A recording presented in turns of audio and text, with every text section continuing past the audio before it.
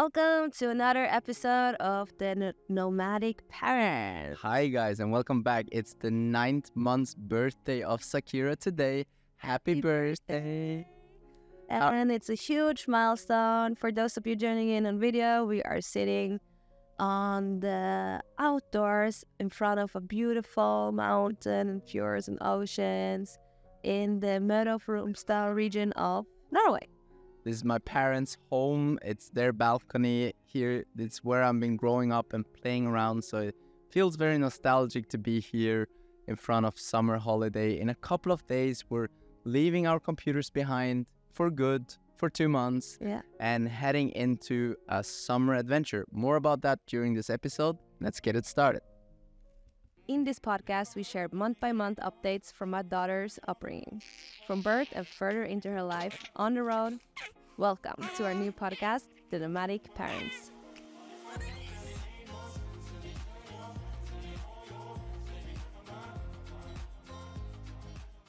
All right, it feels really good to be here with you guys. It's moving nicely along, and I feel we've really embedded this once a month episodes on the month birthday of Zakira into our lives. It's like a milestone. Every month it's like a milestone coming back here, talking with you guys, showing off Zakira and her little progression. And she has again grown, I think like a solid 5 centimeters since last month, something like that. And she's big now and you can stretch your hands. She's sitting with Ann Sylvia on the lap. We're outdoor. They're sitting in some comfy balcony chairs, and Zakira is eating popped corn. It's corn with the hirsch. I don't know what's called in English, but it's like a type of corn as well. You look very boyish in this outfit. Yeah. It's like combined jeans with skirt. A bit boy and a bit girl. And we have a lot of challenging gender norms. Yeah, that's true. We have a lot of things to go through this month. A lot has happened. And as normal, we will go through sleep patterns, physical development, cognitive development, and challenging parents. But before we jump into that, I think, how excited are you about summer holidays? Summer holidays in Norway.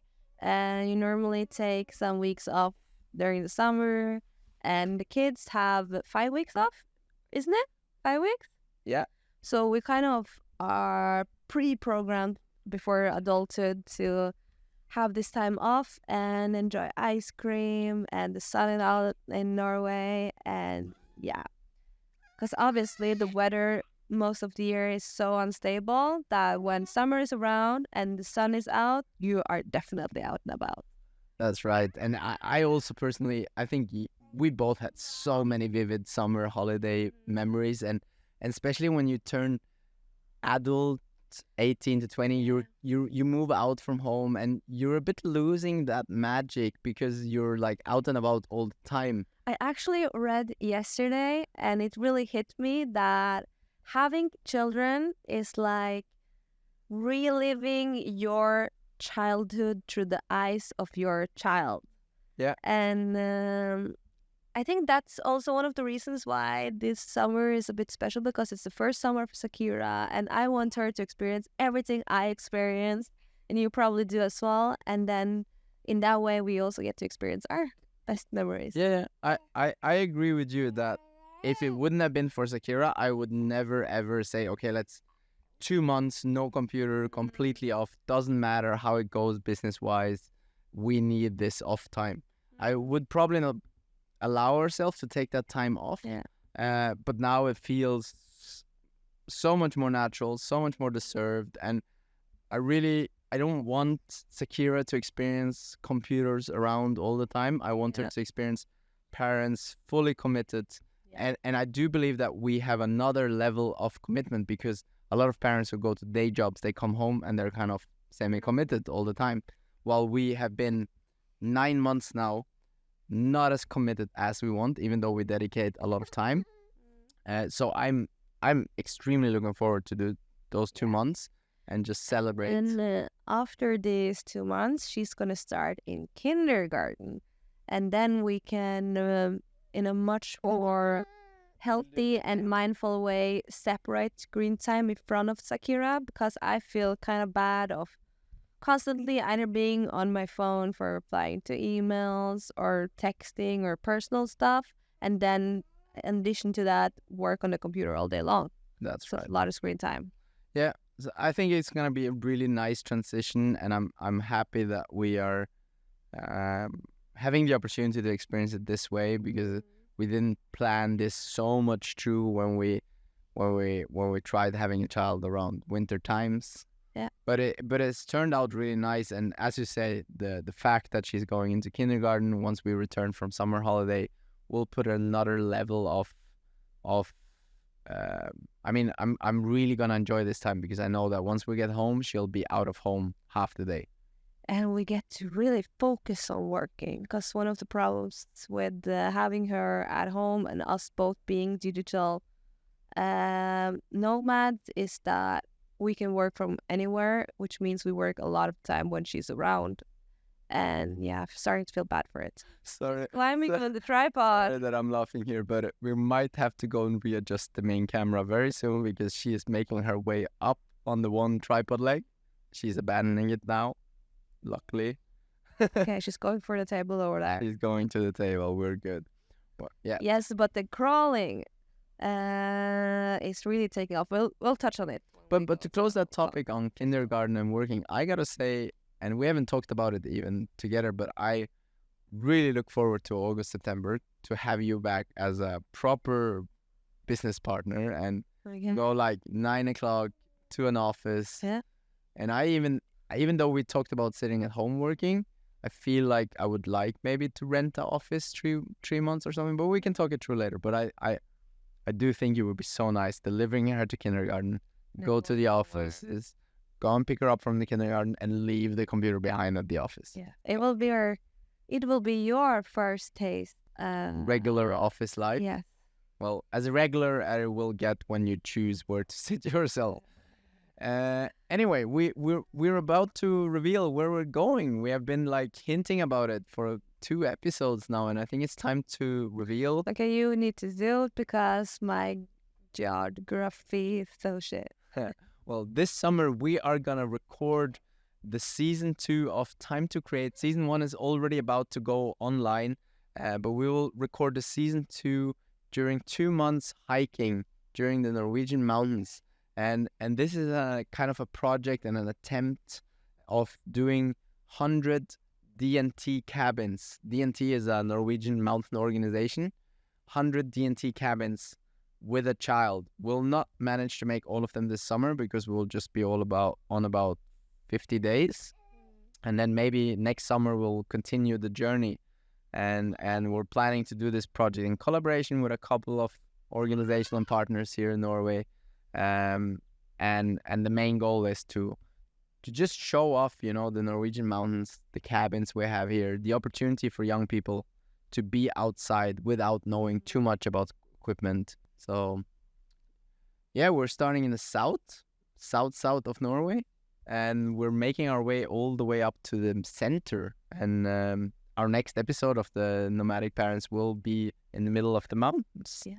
And then the end of that travel will be in Jotunheimen, because we have signed ourselves up for I'm going to do a half marathon, and Georg is going to do an ultra marathon. It's called ultra marathon or ultra run? Ultra run, yeah. I think. Yeah, so those of you who have been following us for a while, you know that we're always on about some film projects. Even though we run our communication agency and several other companies online, we've always come back to doing film projects. It's something we're passionate about and that we love doing. So it was a really nice opportunity when we got to do this project and show off the Norwegian mountains. Anyway, let's jump to you, Zakira. Wow. And our Zakira, she's back on George's lap for those following the video. I think she actually wants her mommy more than she wants her daddy right now. Yeah. Okay, let's start on the cognitive, because this fits very well. She's become a real mommy. What's it called? Mamma adult. She only wants me. And it's been a transition getting her to be held by other people because I just need to stay around and be like, it's fine, it's fine. But I do feel she enjoys a lot being with me. I am more the person that makes her laugh. This is not a challenge who is the most, but I do think it's fair that I get that one. You are more the physical comforting, like whenever she is a bit feeling off The boob. in her mood. But also in terms of cognitive, she's starting to get interested in toys and books now. And we promised you guys that we will be touching back on sleep routine, which we have been starting to develop, and there's quite a bit of updates there. But talking about that matter of cognitive development, we're every day and every night getting out books, reading for her, and she's actually having the attention span to sit down and have a look at them. But I don't feel that we're just yet like actually reading the book. No. We're more telling what we see in the pictures and Yeah. and scrolling through the pages. It's more about enjoying time non-digitally together in a calm surrounding environment. And also having her getting the habit that we will have this type of format book in front of her, Yeah. and we will talk or read, and eventually it will make sense for her what we're talking or reading about. Yes. But she's already excited when I open books in front of her and show it to her. So I think in a couple of 2 months, 3 months, we'll actually be fully reading small picture Yeah. books. But in terms of the cognitive, you can really start to see that she's communicating much more than in the previous months. In the terms of complaining, really asking for what she wants, and being expressive, I guess. Very expressive. But let's jump into sleep patterns. Last episode, we talked about how we feel that we need to develop some sort of sleep habit because we want to make her feel asleep on her own in her own bed. Yeah, fall asleep on her own. Yeah, and have the opportunity to have those, especially both for her going to sleep at decent times, but also for us to have those. A little bit time alone before the day ends. Right, those 2-3 hours of alone time, and we can get back to this in the end of this episode. What has it meant for our relationship, and where we are in our relationship right now? Yeah, but we started this process with doing a bit of research of what kind of sleep, like how you can do a sleep routine and make them fall asleep on their own. And it was really kickstarted by your parents being, you need to start now. Why is she not like this already?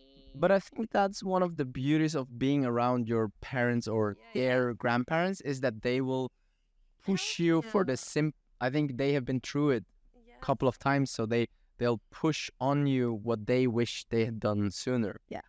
And there's a lot of research online for this. For us, it has looked like putting her in bed when she starts to get tired, and or actually before that, we do the sleep routine, which is taking a bath, brushing her teeth, reading a story, and singing some songs. And then we put her in bed, tell her good night, put the blanket around her, and leave the room. And she will instantly stand up and start crying. Can I just come in there? Yeah. So that's our routine, but I think everyone can choose their routine. But my mom is a dentist, so obviously she pushed this on us, but she said, like, even though they don't have tooth, it's very smart to let them chew on their toothbrush and have that routine, just because it brings that routine in, that like brushing the teeth is kind of the last you do before you put them in bed. But also she said that quite a few kids are not willing to let their toothbrush once they get all their teeth. Yeah, so start early and just let them play with it for some months. She played with the toothbrush. It was a favorite toy since she was 4 months old. Right. And but you need to be mindful that you are the boss when they get teeth. So she has 2 teeth now, and you need to be mindful that we are the ones brushing. You're not just playing now. We're the... I'll let her play a little bit before first, and then but I'll take it from her and brush properly, and then I'll give it back to her. And we just do it with water now because it's more about the routine than actually cleaning the tooth. Yeah. And yeah, as Ann Sylvia said, we then put her to bed. We're staying there for a couple of minutes, telling her goodnight. But then doesn't matter if she's like standing, raising up, or crying a lot. We're just leaving the room and saying goodnight. And Interface. and then we're coming back every 5 minutes, or you can do a shorter interval, but we have started to move a bit up. But every 5 minutes we'll come back, try to put her down again into the bed, tell her goodnight, calm her down a bit, and then trying to eventually fall her asleep. So when we started doing this 2 months ago, sorry guys, I'm on my own here now because Ann Sylvia had to get off to get Zakira some food, but I'll try to speak you through the routine. So the thing that happens is that she starts to cry a lot. She raises up in her bed and she screams very furiously, almost like, "You are not leaving me behind here. I'm not gonna stay in this room alone anymore. Get me out of here." And it's quite tough to listen in. I think especially for you, it's tough because you're like, instinctively you want to be there for her and help her. But actually going into that room too often and being there all the time has, I believe, a counter effect. It will make her scream more for attention. So we've been through this interval a couple of days now, and some days it's only taken 4, 5, 6 revisits, and then she's so tired of standing there and screaming that I'll just like lift her up one single time, pet her a bit to bed, and make her almost like fall asleep on my shoulder, and then just put her down in half sleep and make sure she closes her eyes and go out.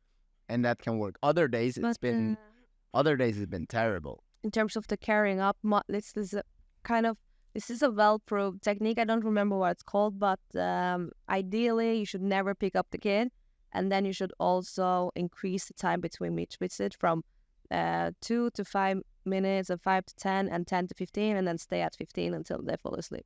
But on the other hand, nothing is all the time by plan. So sometimes say it for those who are going to take inspiration. Keep that in mind, and also try to do your own research. Of course, and you shouldn't be picking them up too often. But I just sometimes I've seen that she's so tired that if I just pet her a bit now, she'll just fall asleep.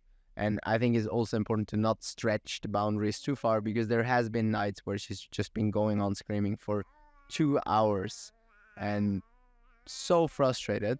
And eventually you've kind of broke the routine and said, okay, I'll breastfeed you now to fall asleep. It happened. Actually, it was worse. So it was 2 days ago, and she fell asleep at 7, which is very early for her. And I put her down in her bed, and I was like, okay, then it's probably bedtime. Maybe she's figured it out.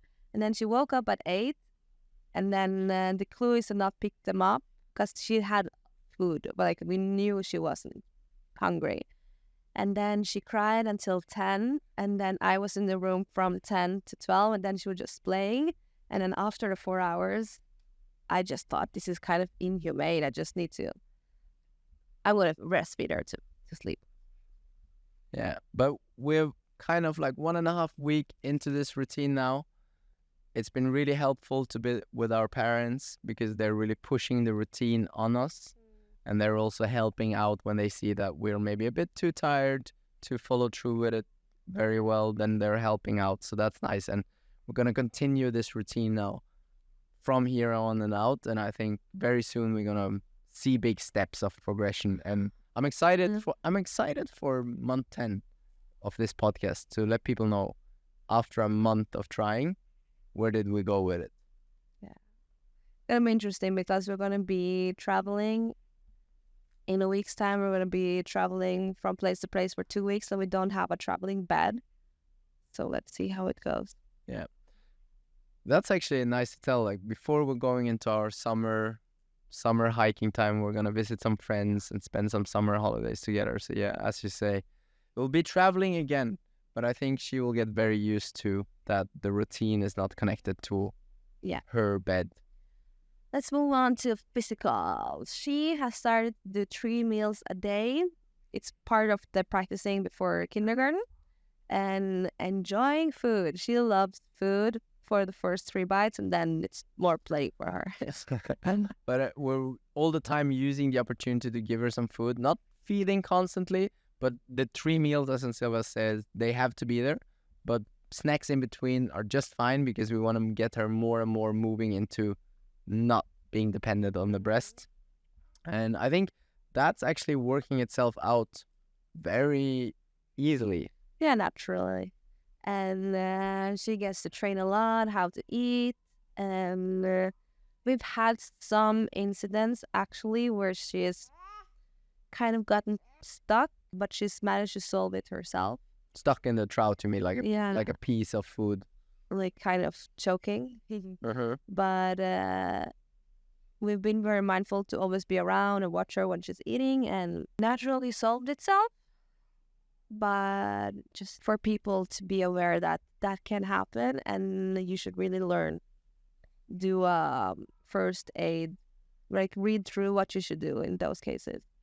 I think also on the physical development, we have to add that she is speaking more and more. And I do think we're not far away from she joining into this episode in some way or other. We haven't really decided how far we want to bring on these episodes. I've said that I really like doing it, and I think maybe not doing it monthly, but doing it every second month later. Or we're going to keep it 1 month for the first year. Yeah, we're definitely going to keep it monthly, but it's going to be fun to have her joining in eventually as well. She's starting to get hungry, guys, so we're going to speed things up a bit. But in terms of crawling, she has very well mastered that. Now it's very fast. You can't really turn around. She's moving very freely, and I think within the next month, we're also going to practice climbing stairs and climbing down more, because that's obviously the most dangerous thing now, that she is going everywhere, but she doesn't really know how to descend safely. So stairs and gaps are obviously a bit dangerous to her, but also I think our friends from Ayampe, for example, Justin and Clara, they really master it really fast with their newborn. Yeah. At the age of what was she? So I think like 9-10 months, so just about older than Zakira. She managed climbing up and down stairs. Yeah. And Zakira has climbed up some stairs, so now we just need to practice the climbing down. But yeah, I think that's it for the episode. If you don't want to touch down on any specific challenge, actually talking about challenge, we should probably take up that it's been tiring the last months. We really feel that our reserves of energy are a bit gone. I think you can especially recognize in the way that many mornings we'll have a hard time waking up, getting out of bed, and it takes an hour or two to really feel started into the day. It's not like just jumping on and about. It takes a toll having a baby, and the sleep deprivation is, after 9 months, finally kicking in. So I think going into a summer vacation of 2 months and also having kindergarten come for us later is very good timing. I don't think it's critical, but we are very much feeling that this is taking a toll. And especially on the relationship. She's so much awake and has so much energy and requires so much attention at this point that it's so consuming. Like, you constantly have to watch her. If not, she's gonna fall and hurt herself. She's gonna eat something she can't eat, or Hi. Is mommy talking bad things about you? She's like, it's not true, mommy. Don't say it. Don't say it. And also on the relationship, I feel we have managed well through. We're not having any major conflicts, but also I think it's right to say that we both miss each other's attention fully. Having that 1 or 2 hours where we can just, be us two and do things and hang around like we used to when we were freshly together or 5 years back in time. Oh, it's a long time since that happened. But we have been together for 12 years, and the last year has been very different from our previous years together. So I understand why it can break a lot of relationships too. because Yeah. there are some times where you just it's important to not only show the gold side of things, but generally she is not a screamer. But something happened now. Did she hit her face? Why am I getting her? No, I'm just she look though she stopped. But yeah, during summer and after summer, we'll definitely have a lot more time, and I'm personally looking forward towards the time when she is in kindergarten, because I think that will give us the opportunity to say, okay, today we don't have to work. Let's go to the cinema, or let's take a bike trip together.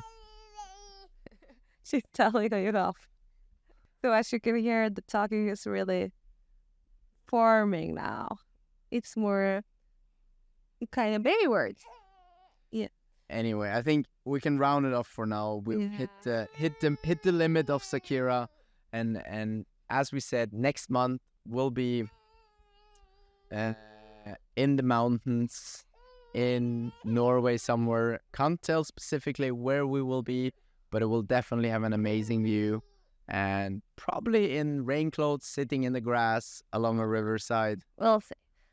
Definitely suggest tuning in on the next episode on YouTube as a video. Thanks, guys, for listening in or watching. And see you next episode. I'll see you around very soon. Goodbye.